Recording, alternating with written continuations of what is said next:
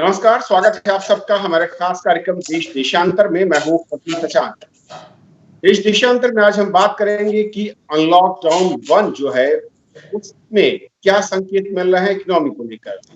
और जब हम इकोनॉमी की बात कर रहे हैं तो दुनिया के तमाम देशों में अर्थव्यवस्थाओं की जिस वक्त हालत है उससे अगर हम तुलना करें, भारतीय अर्थव्यवस्था के बारे में कहा जा रहा है कि ये लॉकडाउन से पहले की स्थिति की तरफ तेजी के साथ बढ़ रही है। और गूगल कोविड-19 मोबिलिटी रिपोर्ट यही इशारा करती है। इसके अलावा सरकार की ओर से आने वाले आंकड़े जो आर्थिक अलग अलग सेक्टर्स को लेकर होते हैं उनके संकेत भी यही है। और खुद आरबीआई गवर्नर ने भी कहा है कि भारतीय अर्थव्यवस्था से जो संकेत मिले हैं वो बताते हैं कि हम लॉकडाउन से पहले की जो पोजीशन थी अर्थव्यवस्था की उसकी तरफ तेजी के साथ बढ़ रहे हैं। हालांकि कुछ सेक्टर और कुछ राज्यों में जरूर चिंता है। तो आज समझेंगे कि ये ट्रेंड क्या इशारा कर रहा है, ये संकेत क्या है और इसको ज्यादा बढ़ाने के लिए सरकारों के स्तर पर किस तरीके की चुनौतियां हैं और क्या कदम आरबीआई या सरकारों के रहे हैं जिसके चलते हम वापसी की तरफ आगे बढ़ रहे हैं। हमारे साथ 3 बेहद खास मेहमान हैं। हमारे साथ यदवेंद्र माथुर हैं, farmer additional secretary NITI Aayog. Sir, बहुत बहुत स्वागत आपका। हमारे साथ अभिनव प्रकाश है, assistant professor economics university of Delhi. बहुत बहुत स्वागत अभिनव आपका। शिशिर सिन्हा हमारे साथ है जो कि सीनियर डेप्यूटी एडिटर है द हिंदू बिजनेस लाइन से। बहुत स्वागत शिशिर आपका भी। शुरुआत में अगर करना चाहूं शिशिर आपसे ही कि अलग अलग मैं आंकड़ों को कहूं और जो हाल की रिपोर्ट है गूगल की, इसके अलावा सरकार के अलग अलग सेक्टर वाइज जो आंकड़े आते हैं क्वार्टरली मंथली और आरबीआई का बयान, कैसे से देखते हैं और किस तरीके से हम ये कह सकते हैं कि भारतीय अर्थव्यवस्था वापस लॉकडाउन से पहले की पोजीशन की तरफ बढ़ती नजर आ रही है। हालांकि कुछ सेक्टर्स को अगर हम छोड़ दें। देखिए, जब हम अनलॉक फेज 2 में पहुंच चुके हैं अब ये जाहिर सी बात है कि ये चर्चा काफी तेजी से गरमाने लगी है कि क्या हम प्री कोविड की स्थिति में पहुंचे हैं कि नहीं। अब जो आंकड़े आपने जिनका जिक्र किया, चाहे वो गूगल मोबिलिटी रिपोर्ट हो या आईआईपी की रिपोर्ट हो, अब आईआईपी का ही आप डेटा देखिए मोबिलिटी की रिपोर्ट्स एक अलग विषय है। मैं आईआईपी का डेटा को सबसे अभी प्रामाणिक मानूंगा, जो ये बताता है कि अप्रैल के महीने में अगर आप देखेंगे तो लगभग 60% की दर से हमने गिरावट औद्योगिक उत्पादन में देखी थी, जो कि मई के महीने में घट करके 35% पर आ गई। यानी कि अभी भी गिरावट है लेकिन गिरावट की दर जो है वो कम हो गई है।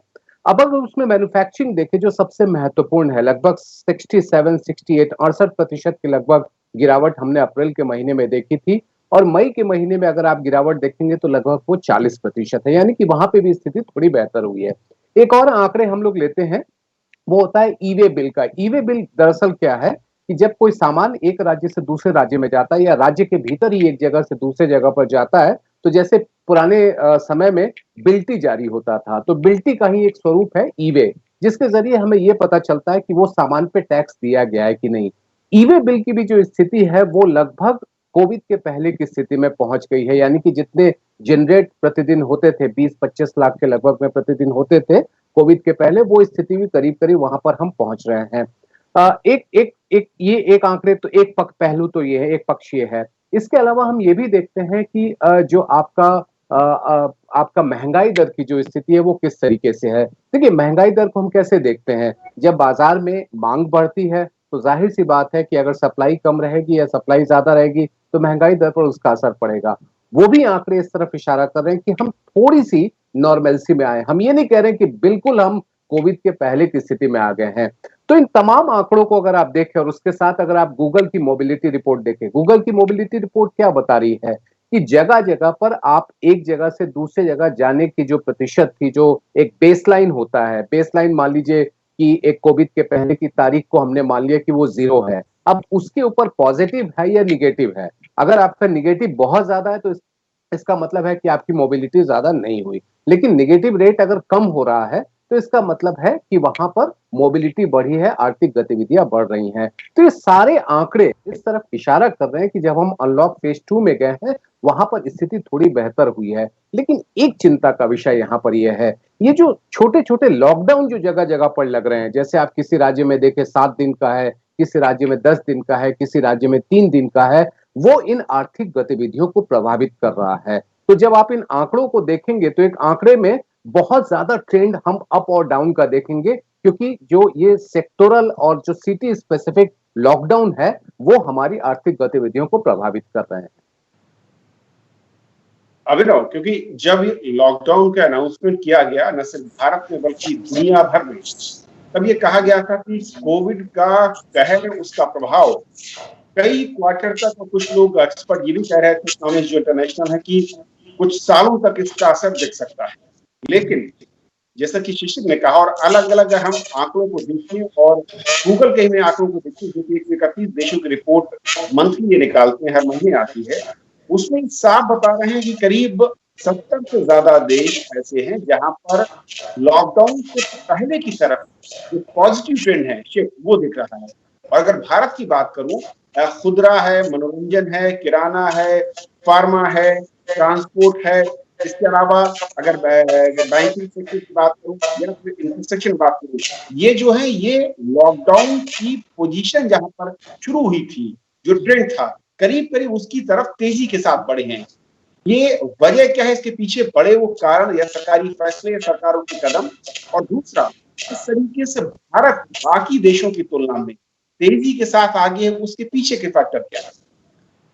जी, देखिए ये बात सही है कि हमारी इकोनॉमी में जो ग्रीन शूट्स हैं, जो रिवाइवल है, वो थोड़ा दिख रहा है। जैसा शिशिर जी भी बता रहे थे कि पावर कंजम्पशन 90% तक पहुंच चुका है पिछले साल का। हमारा जीएसटी कलेक्शन 90% है फाइनेंशियल ईयर 20 के एवरेज का। इलेक्ट्रॉनिक टोल की बात की थी, टोल कलेक्शन की, वो 80% तक पहुंच चुका है। और हमारा जो है जो ट्रैक्टर की आप खरीदारी देखें गांव में, या फर्टिलाइजर की खरीदारी देखें, तो वो बहुत ज़्यादा करीब प्री लॉकडाउन के लेवल के पहले तक पहुंच चुके हैं। उसके एक कारण है कि मानसून अच्छा हुआ है, तो गांव में काफी खरीदारी हो रही है ट्रैक्टर्स की और बाकी चीजों की। और दूसरी बात आप देखिए, अनएम्प्लॉयमेंट रेट जो हमारी मई में 30% तक पहुंच गई थी, वो इस समय करीब 8% पे आ गई है। तो इसके दो कारण हैं। एक तो जो आपने बोला कि सरकार ने जो पैकेजेस दिए, जो रिलीफ मेजर्स अनाउंस किए, खासतौर पर जो बिजनेसेस को इजी क्रेडिट दिया गया, वो क्या कहते हैं, आप देखिए तो अभी तक 1.1 लाख करोड़ तक डिसबर्स भी हो चुका है। हालांकि इसमें थोड़ा भी लैग है, क्योंकि प्राइवेट बैंक अभी इतना कैचअप नहीं कर पाए हैं, लेकिन क्रेडिट की अवेलेबिलिटी की कमी बिजनेसेस को नहीं हो रही है। जितने भी आपके कम से कम मीडियम है और जो स्मॉल स्केल है, जो इंडिविजुअल अपना प्रोप्राइटर्स है, उनको हो सकता है अभी भी दिक्कत हो एक्सेस करने में। इसमें दूसरा कारण ये है कि जो पेंटअप डिमांड है उसको भी दिख रही है कि 2 महीने तक, अप्रैल मई तक आपका जो पूरा लॉकडाउन रहा, बंद रहा, लोगों ने खरीदारी नहीं की, जो डिमांड्स थी उसको लोगों ने रोके रखा, तो वो भी दिख रहा है। सो हमको इस आंकड़े को थोड़ा मैं बोलूंगा कॉशियस होकर देखना चाहिए कि क्या ये वन टाइम जंप है पेंटअप डिमांड का, क्या ये न्यू नॉर्मल फिर से होने वाला है। क्योंकि हो सकता है कि आगे चल के हम एक लो लेवल पे सेटल हो जाएं, हमारी डिमांड इतनी हाई ना रह पाए। और इसमें हमको ये भी देखना है कि जो हमारी जो सप्लाई चेन्स हैं, जैसे शिशिर जी ने बोला कि वो बहुत डिस्टर्ब हो रही है, क्योंकि आपने नेशनल लॉकडाउन किया, उसके बाद अब जैसे आज यूपी में लॉकडाउन है, बिहार में भी होगा, महाराष्ट्र में भी है। तो यहाँ भी क्या आ रहा है कि जो सरकारी पॉलिसी की जो प्रिडिक्टेबिलिटी होती है वो नहीं दिख रही है यहाँ पे, क्योंकि जनता को या बिजनेसमैन को ये विश्वास नहीं हो रहा है कि कल को क्या हो जाएगा। कल को कोई लोकल सरकार, राज्य सरकार या म्यूनिसिपैलिटी किस चीज को कंटेनमेंट जोन बना दे, कहाँ पे लॉकडाउन कर दे।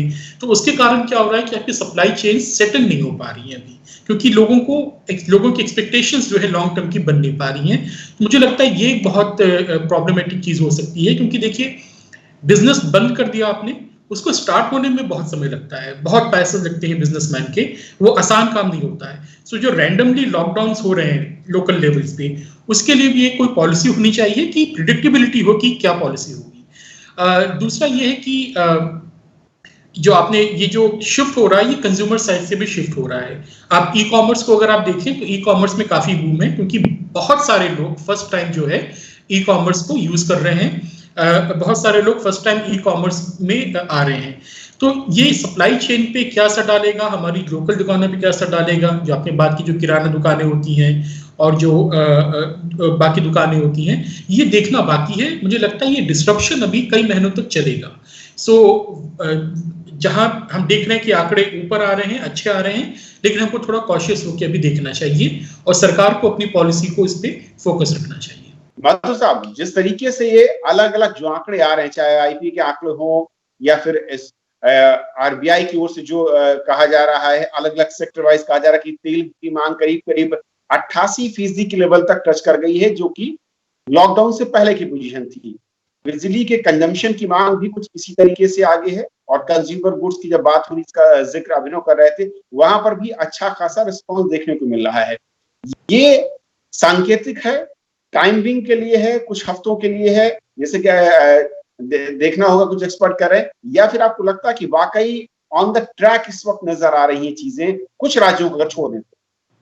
नहीं, बिल्कुल धन्यवाद। एक तो बहुत प्रासंगिक चर्चा आपने आज रखी है कविंद्र जी, आप बधाई के पात्र हैं। और जैसा पूर्व वक्ताओं ने अभी कहा, अभी अभिनव जी ने भी कहा, सिन्हा साहब ने कहा कि जो आईपीई का डेटा है और जो अर्ली एस्टिमेट्स और सोर्सेस से भी आ रहे हैं, वो इस चीज को क्लियरली बताते हैं। नीति आयोग ने भी इस बात को रिपीट किया है, माननीय प्रधानमंत्री जी ने भी कहा कि जो ग्रीन शूट्स हैं वो क्लियरली विजिबल हैं, कोई डाउट नहीं है। और जो डेटा बता रहा है कि जो इकोनॉमिक एक्टिविटीज वापस से स्टार्ट हो गई हैं पूरे देश में, एक्सेप्ट जो कंटेनमेंट जोन्स हैं और जहां पे बिल्कुल राइटली करेक्टली स्टेट गवर्नमेंट्स अभी भी लॉकडाउन इम्पोज कर रही हैं। यूपी ने कुछ करा है और राज्य ने सेलेक्टिव बेसिस पे करा है। तो बिहेवियर चेंज जहां पे पूरी तरह से अभी इंस्टिल नहीं हो पाया है, बिहेवियर चेंज को तो पूरी तरह से लाना पड़ेगा। आप देखें, एक तो रूरल एरियाज में मनरेगा में बहुत बढ़िया काम विगत 3-4 हफ्तों में देखा गया है। जो फिगर्स बता रहे हैं, कई राज्य में इतना अप्रिशिएबल इंपैक्ट आया है। तो प्रधानमंत्री गरीब कल्याण योजना, जो जॉबलेसनेस और जो बॉटम ऑफ द पिरामिड में रोजगार के जो साधन उपलब्ध कराने थे, जो खाने पीने का सामान, लाइवलीहुड का, वो पूरा प्रबंध बहुत बेहतर तरह से किया गया है। और मैं सोचता हूं कि हमको एक देश की तरह, एक नेशन ने एक मिसाल कायम करी है। इतनी लार्ज पॉपुलेशन, इतनी चुनौतियों के बाद भी हमने कहीं भी कोई इस तरह का डिस्ट्रेस नहीं देखा है। जो दूसरी बात आप कह रहे हैं, क्या ये बड़ा शॉर्ट टर्म है? बिल्कुल भी शॉर्ट टर्म नहीं है।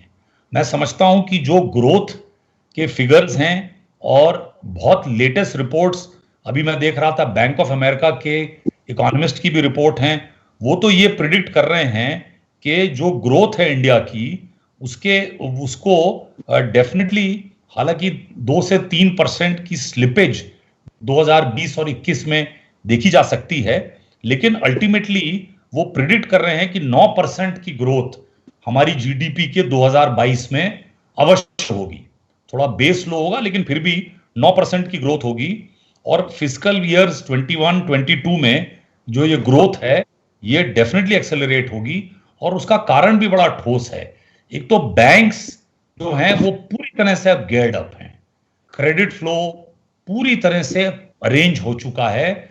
अब वो केवल चिंता का विषय ये है कि जो हमारी बिजनेस कम्युनिटी है वो भी थोड़ी सी अभी रेटिसेंट है, घबराई हुई है।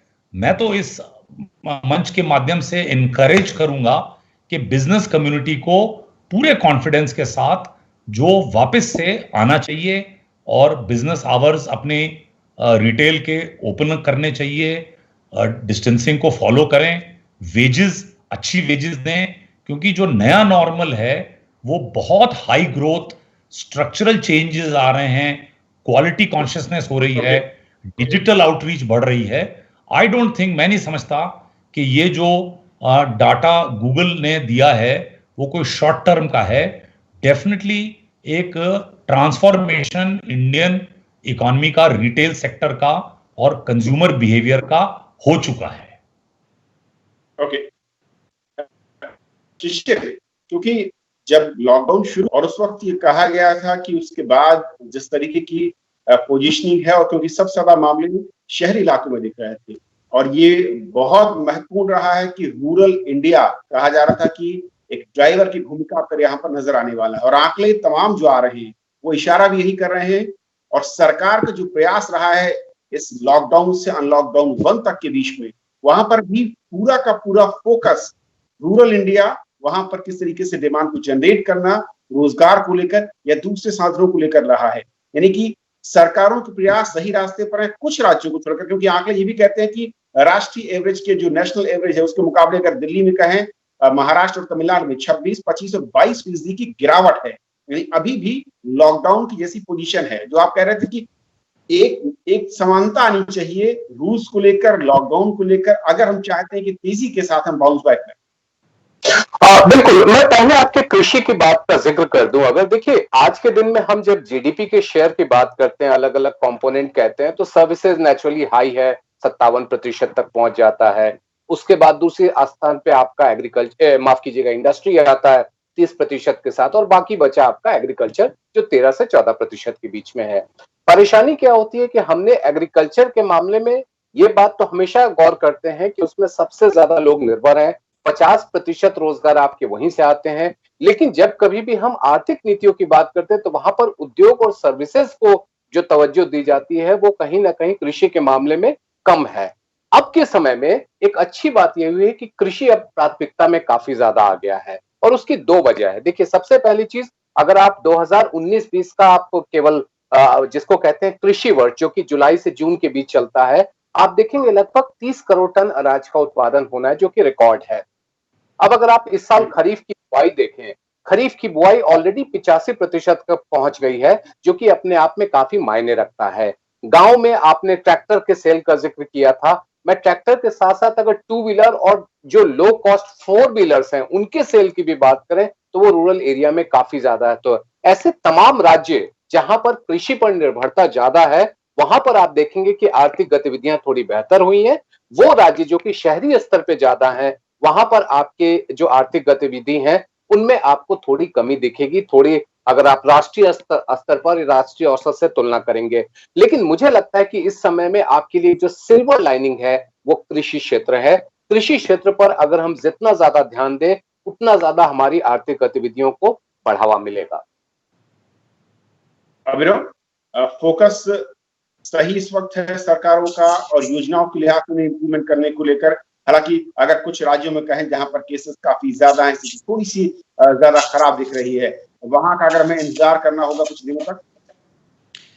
जी देखिए, महाराष्ट्र, दिल्ली और तमिलनाडु काफी अफेक्टेड हैं कोविड से। जाहिर सी बात है कि इसके जो डेटा आएंगे वो गूगल मैप में जो आ रहे हैं, जो मोबिलिटी इंडेक्स में, वो हमेशा खराबी आएंगे, क्योंकि ना सिर्फ लॉकडाउन वहाँ पे थोड़ा स्ट्रिक्ट ज्यादा है, बल्कि लोग भी बाहर निकलने से बच रहे हैं। मुझे लगता है स्थिति समान होने में इन राज्यों में थोड़ा समय लगेगा, क्योंकि दिल्ली, तमिलनाडु, महाराष्ट्र भारत के इकोनॉमिक ग्रोथ के सेंटर हैं, तो उसका असर भारत की ग्रोथ पे भी दिखेगा। लेकिन देखिए, ये जो क्राइसिस है ये एसेंशली जैसे कि नॉर्मल जो क्राइसिस होती है इसमें आपका होता है कि बैंक से क्राइसिस शुरू होती है, क्रेडिट से क्राइसिस शुरू होती है, बाकी इकोनॉमी में आती है। यहाँ पे क्या है कि यहाँ पे आपको सबसे बड़ा जो खतरा है कि जो इनकम क्राइसिस है, क्योंकि इतनी जॉबलेसनेस हुई है, इतनी जगह जॉब कट हुई है, प्राइवेट सेक्टर में बहुत सारी जॉब्स कट हुई हैं, आपकी सरकारी में, बल्कि दिल्ली विश्वविद्यालय जो सेंट्रल यूनिवर्सिटी है उसके कुछ कॉलेजेस जो है वो दिल्ली सरकार फंड करती है, उन कॉलेज को 3 महीने से तनख्वाह नहीं मिली है किसी को। तो इस तरीके की जो क्राइसिस हैं, ये इसका जो स्प्रेड होने का खतरा है वो बैंक्स में ज्यादा है कि आपकी ईएमआई पे लोग डिफॉल्ट करेंगे, लोग लोन्स पे डिफॉल्ट करेंगे, फिर बैंक की बैलेंस शीट खराब होगी, फिर वो आगे ट्रांसमिट हो सकती है। सो जो इनकम का साइड है उस पर भी बहुत ध्यान देने की आवश्यकता है, क्योंकि ज्यादातर जो सरकारी मेजर्स रहे हैं वो या तो गरीब तबके के लिए रहे हैं कि उनको आपने डायरेक्ट बेनिफिट ट्रांसफर दिया है, इनकम दी है, कैश ट्रांसफर दिया है, फूड ग्रेन्स दी है। लेकिन जो आपका मिडिल क्लास का तबका है, जो आपके कंजम्पशन को ड्राइव करता है, उसको इस तरीके का कोई बहुत ज्यादा रिलीफ नहीं मिला है। जो रिलीफ मिला है वो क्रेडिट साइड में मिला है, लेकिन यहाँ क्राइसिस अधिकतर इनकम की है। तो मुझे लगता है कि एम्प्लॉयमेंट जनरेशन स्टेबिलिटी पे भी सरकारों को ध्यान देना पड़ेगा, क्योंकि अगर ये मामला जो आपकी हाई पेइंग जॉब्स हैं या जो अच्छी पेइंग जॉब्स हैं, अगर वो कोलैप्स करती हैं, जो कि हो रहा है, तब ये मामला और ज्यादा लंबे समय तक खिंच सकता है, रिकवरी में और देरी हो सकती है। अदरवाइज जो रिफॉर्म सरकार ने किए हैं, आपने देखा होगा कि एग्रीकल्चर में रिफॉर्म बहुत किया है, इंडस्ट्री में किया है। मैं तो बोलता हूँ कि वो 1991 मूवमेंट का रिपीट है, लेकिन वो तो लॉन्ग टर्म में उसका असर हमको अगले कई सालों में देखने को मिलेगा। लेकिन एक चीज और अभिनव, थोड़ा मैं चाहूंगा कि कंजम्पशन को लेकर अगर गूगल की रिपोर्ट को देखूं, करीब यूरोपियन कंट्रियों के 17 ऐसे देश हैं जहां से कई गुना ज्यादा कंजम्पशन की रफ्तार जो भारत में बढ़ी है लॉकडाउन के बाद, जब लॉकडाउन बन गया। और जब लॉकडाउन शुरू में इस वक्त है, तो ऐसा लगता है कि जब अगले महीने के बाद ये आंकड़े आएंगे तो उसमें बहुत ज्यादा मेजर शिफ्ट दिखेगा शायद। जी, मेरे ख्याल से उसका कारण ये हो सकता है कि भारत में बहुत ही स्ट्रिक्ट लॉकडाउन था। अगर आप वेस्ट की बात करें, जैसे कि अमेरिका, यूके या यूरोपियन कंट्रीज की, उन्होंने इस तरीके से टोटल शटडाउन का नहीं किया है। तो मुझे लगता है ये पेंट अप डिमांड, इसकी ग्रोथ हमको दिख रही है कंजम्पशन में। ये जो है ये आगे 2-3 महीने हमको देखना पड़ेगा कि सस्टेन कितना करती है, तब हम कह सकेंगे कि रिकवरी हमारी जो है एकदम उसके क्लियर इंडिकेशंस हैं। ओके, माथुर साहब, क्योंकि अभी भी दुनिया भर में जो तमाम हेल्थ साइंटिस्ट, रिसर्चर, डॉक्टर्स हैं, वो एक आशंका जता रहे हैं कि सेकेंड वेव को लेकर, और जो पुराने अनुभव रहे इस तरह की महामारी को लेकर, सेकेंड वेव आती रही है। ऐसे में सरकारों के सामने इस ट्रेंड को बरकरार रखने को लेकर क्या बड़ी चुनौतियां हैं? क्या आपको लगता है कि कदम उठाने चाहिए फ्यूचर को लेकर? नहीं, आप सही कह रहे हैं कि ये एक कुछ कहा नहीं जा सकता कि इसकी टाइमिंग क्या होगी, लेकिन ये तो फैक्ट है कि जो हमारी तैयारी है और जो हमारा हेल्थ इंफ्रास्ट्रक्चर है उसमें और डेप्थ हमको बढ़ाते रहनी पड़ेगी और हमको तटस्थ किसी भी स्तर पे नहीं होना चाहिए। और हालांकि राज्यों ने फिजिकल इंफ्रास्ट्रक्चर, बेड्स और उन पे तो बहुत अच्छा ध्यान दिया है और वो बधाई के पात्र हैं, लेकिन आने वाले समय में जो मेडिकल पर्सनल हैं, हमारी नर्सेज हैं, हमारे टेक्नीशियंस हैं और रेगुलर डॉक्टर्स को इतनी जल्दी तो नहीं ट्रेन कर सकते, लेकिन जो भी टेक्नोलॉजी के माध्यम से और जो पूरा सपोर्टिंग इकोसिस्टम हम अपने मेडिकल पर्सनल को, हमारा फार्मा सेक्टर जो है उसको हम पूरी तरह से सपोर्ट करते रहें, तो मैं समझता हूं कि एक इंडिया का एक ये इस थ्रेट को एक बहुत बड़ी अपॉर्चुनिटी के रूप में भी हम रूपांतरित कर सकते हैं। तो आने वाले टाइम में, और बहुत करेक्टली गवर्नमेंट की जो एम्पावर्ड कमिटीज़ हैं, और मैं कई अपने जो सेक्रेटरीज हैं उनको कॉम्प्लीमेंट करूंगा, उन्होंने प्राइम मिनिस्टर जी की गाइडेंस में, होम मिनिस्टर की गाइडेंस में, हेल्थ मिनिस्टर और राज्यों के मुख्यमंत्रियों ने, आई थिंक हमारी साइंटिफिक कम्युनिटी ने, हमको प्राउड होना चाहिए कि हमने एक शॉर्ट टाइम में काफ़ी स्ट्रॉन्ग, रोबस्ट इकोसिस्टम बना लिया है। और अब प्राइवेट सेक्टर को हमको अधिक से अधिक एनकरेज करना चाहिए कि आने वाले टाइम में, वो चाहे फार्मा का हो, चाहे, तो जो एक थ्रेट है इसको, अगर सेकेंड वेव भी पूरे जोर से आएगी तो भी हम उसको टैकल कर पाएंगे, हम उससे मजबूती से निकलेंगे। हमारा रिकवरी रेट बहुत अच्छा है, डेथ रेट कम है, और जो भी हमारे टेक्निकल जो डॉक्टर्स की टीम्स हैं, हम लोग को बहुत प्राउड होना चाहिए कि दुनिया में सबसे अच्छे डॉक्टरों में किसी की अगर गिनती होती है तो हमारे इंडियन डॉक्टर्स की होती है। यूके का नेशनल हेल्थ सिस्टम, तो उसको हमको और स्ट्रेंथन करना पड़ेगा आने वाले 6 महीने में।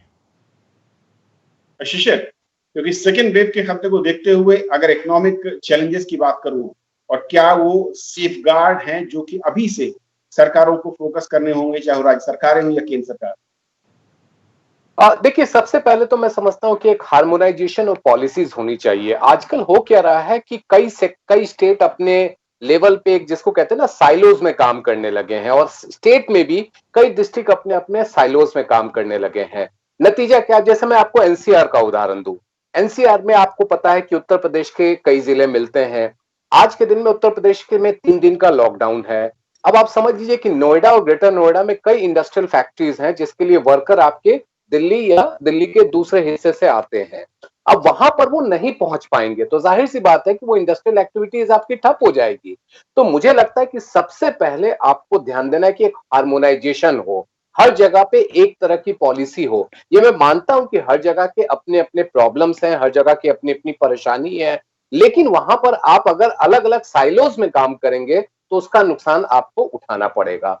दूसरा, मुझे क्या लगता है कि आज के दिन में एग्रीकल्चर के मामले में आप जितना ज्यादा कर सकते हैं, चाहे वो फूड प्रोसेसिंग के जरिए हो, चाहे वो फार्म प्रोड्यूस के एक्सपोर्ट की बात हो, उसके ऊपर अगर आप ध्यान दें तो आपको काफी ज्यादा फायदा मिलेगा। और तीसरा क्या है कि सर्विसेज सेक्टर में आज भी एक बड़ा क्षेत्र जो है वो बंद है, चाहे आप ट्रांसपोर्टेशन में देख लीजिए, हम वहां पर कैसे उसको रीएक्टिवेट कर सकते हैं, ग्रेजुअल वे में करें, तभी जाकर के पूरे ओवरऑल इकोनॉमी पे असर पड़ेगा। आप सभी इस बात से सहमत हैं, ये बीमारी ऐसी है जिसके लिए हमारे पास अभी कोई दवा नहीं है, हमारे पास कोई वैक्सीन नहीं है, हमें ये भी नहीं पता है कि कब खत्म होगा, कब सेकंड फेज आएगा। कई जगहों पे तो अब थर्ड वेव की भी बात चलने लगी है। ये कब होगा, कैसे होगा, हमें नहीं मालूम है, लेकिन हमारी नीतियों में अगर एक रूपता रहे तो शायद हम थोड़ी बेहतर स्थिति में आ सकते हैं।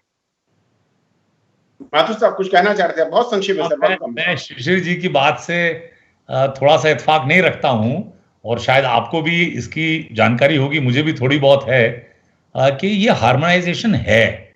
ये हो सकता है कि बाहर इसकी पब्लिसिटी या नहीं आ रही हो बात, बट चीफ सेक्रेटरीज और home secretary, cabinet secretary, empowered committees daily, बिल्कुल डेली, लिटरली डेली कई राज्यों से बहुत क्लोज कम्युनिकेशन है, डिस्ट्रिक्ट मैजिस्ट्रेट्स का और नेबरिंग डिस्ट्रिक्ट्स का। उनका इशारा इस बात को लेकर था कि जैसे एनसीआर रीजन है, जिस स्टेट में इंडस्ट्रीज है और उसकी सीमाएं कई राज्यों से लगती है, वहां पर कोई भी लॉकडाउन करने से पहले कंसर्न जो राज्य हैं जिनकी सीमाएं लगती है उससे बातचीत हो, ताकि इंडस्ट्री प्रभावित ना हो। मेरा शायद इशारा है शिशिर जी का उसी से जुड़ा हुआ था। अभिनव, बहुत संक्षेप में चैलेंजेस के नजरिए से अगर मैं कहूँ, फ्यूचर में ये ट्रेंड बरकरार रहे, रफ्तार पकड़े, ऐसे में अभिनय क्या 3-4 बड़े पॉइंट है जहां पर फोकस और करना होगा?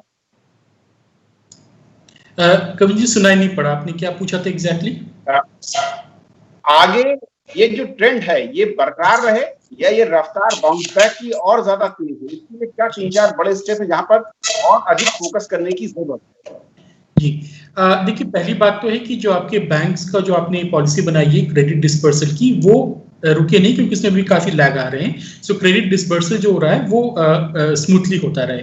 दूसरी बात है कि गांव में जैसे बात हो रही थी मनरेगा हो गई या जो गांव में बाकी आपके एक्सपेंडिचर्स हैं, उसको आपको करना पड़ेगा ज्यादा, क्योंकि शहरों में अधिकतर लॉकडाउन अभी भी है और वो अभी भी आगे वाले कई महीनों मुझे लगता है चलता रहेगा, तो गांव में फोकस होना चाहिए।